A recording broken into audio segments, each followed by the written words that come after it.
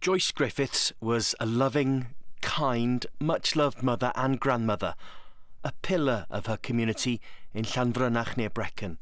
But last August, her life was ended when she was brutally attacked in her farmhouse by her own son.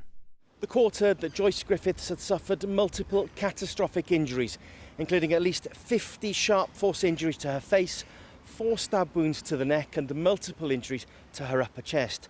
She also suffered slash wounds to her forearms, indicating that she tried desperately to defend herself against her son.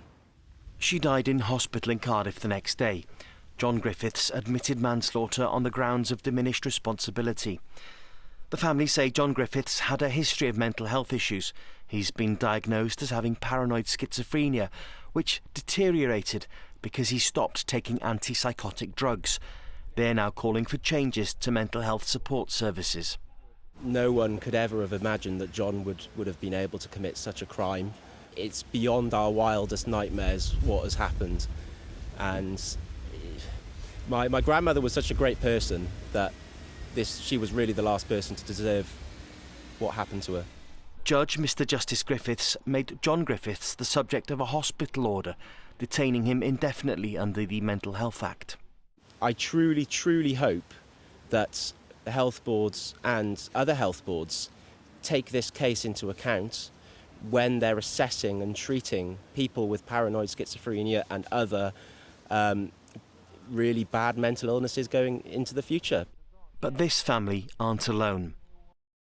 These faces are just some of the people in Wales who've been killed by a loved one with a mental illness in recent years.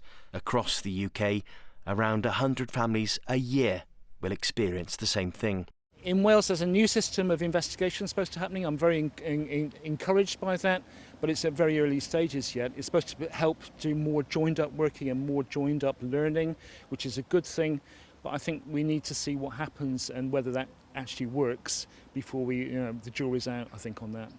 In a joint statement, the Health Board and Council offered their sympathies to the family, who they say will be at the heart of an independent review which is taking place.